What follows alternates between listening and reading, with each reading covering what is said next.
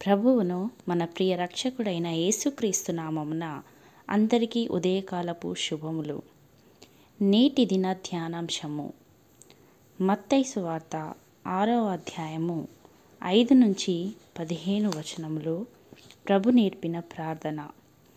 మరియు మీరు ప్రార్థన చేయునప్పుడు వేషధారుల వలె ఉండవద్దు, మనుషులకు కనబడవలెనని సమాజ మందిరములలోనూ వీధుల మూలలలోనూ నిలిచి ప్రార్థన చేయుట వారికి ఇష్టము.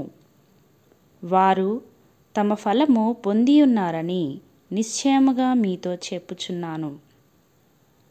నీవు ప్రార్థన చేయునప్పుడు నీ గదిలోనికి వెళ్ళి తలుపు వేసి రహస్యమందున్న నీ తండ్రికి ప్రార్థన చేయుము.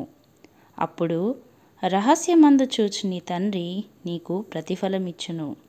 మరియు మీరు ప్రార్థన చేయునప్పుడు అన్యజనుల వలె వ్యర్థమైన మాటలు వచింపవద్దు. విస్తరించి మాట్లాడుట వలన తమ మనవి వినబడునని వారు తలంచుచున్నారు. మీరు వారి వలె ఉండకుడి. మీరు మీ తండ్రిని అడుగక మునుపే మీకు అక్కరగా ఉన్నవేవో ఆయనకు తెలియను. కాబట్టి మీరీలాగు ప్రార్థన చేయుడి.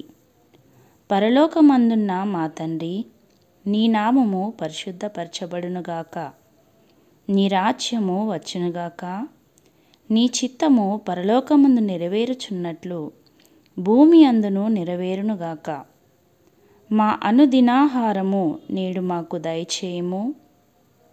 మా రుణస్థులను మేము క్షమించి ఉన్న ప్రకారము మా రుణములు క్షమించుము.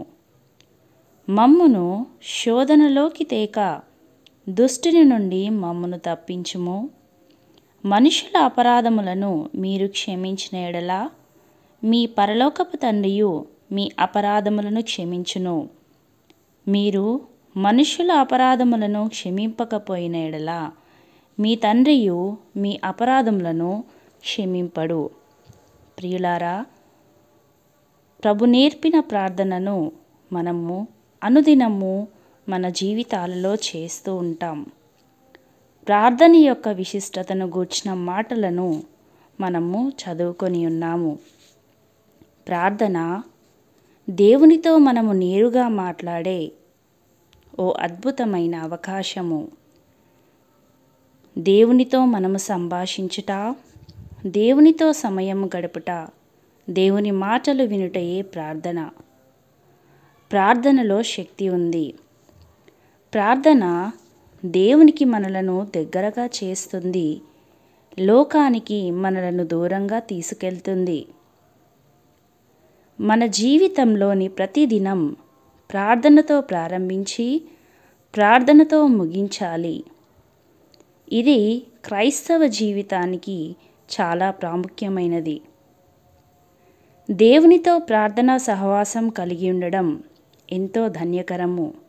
కానీ నేటి దినాలలో దేవుని బిడ్డలమైన మనము నిర్లక్ష్యం చేసే అతి ప్రాముఖ్యమైన విషయము ప్రార్థించటమే, దేవునితో సహవాసము లేకుండా ఉండటమే.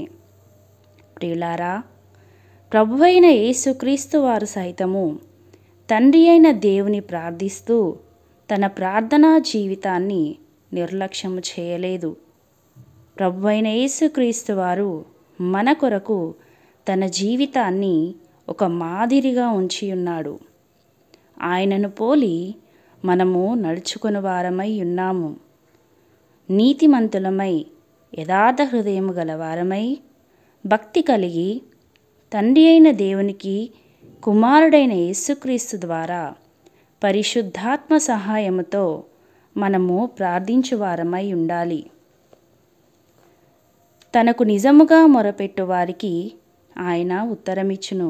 కాబట్టి ప్రియులారా, మనము విసుగక ఆసక్తితో, పట్టుదలతో, స్థిరత కలిగి ప్రార్థించువారముగా ఉండాలి.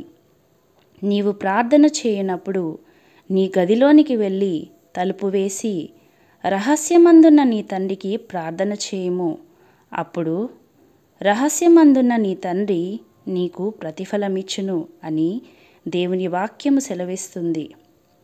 ప్రార్థన నీ ప్రతి అవసరతను తీరుస్తుంది. ప్రార్థన వలన దేవుని వాగ్దానములు నీ పట్ల నెరవేరుతాయి. ప్రార్థన ఏ కీడు రాకుండా నిన్ను కాపాడుతుంది. ప్రార్థన ద్వారా నీవు ఆత్మతో నింపబడతావు. ప్రార్థన ద్వారా శత్రువుపై జయము కలుగుతుంది. ప్రార్థన వలన నీ జీవితము ఫలభరితంగా మారుతుంది. అటువంటి ఫలభరితమైన జీవితమును పొందాలంటే శ్రమ సంభవించినా, బాధలు, నిందలు, అవమానాలు ఎదురైనా, దిక్కుతోచని స్థితిలో ఉన్నప్పుడు తండ్రి అయిన దేవునికి మనము ప్రార్థించువారముగా ఉండాలి.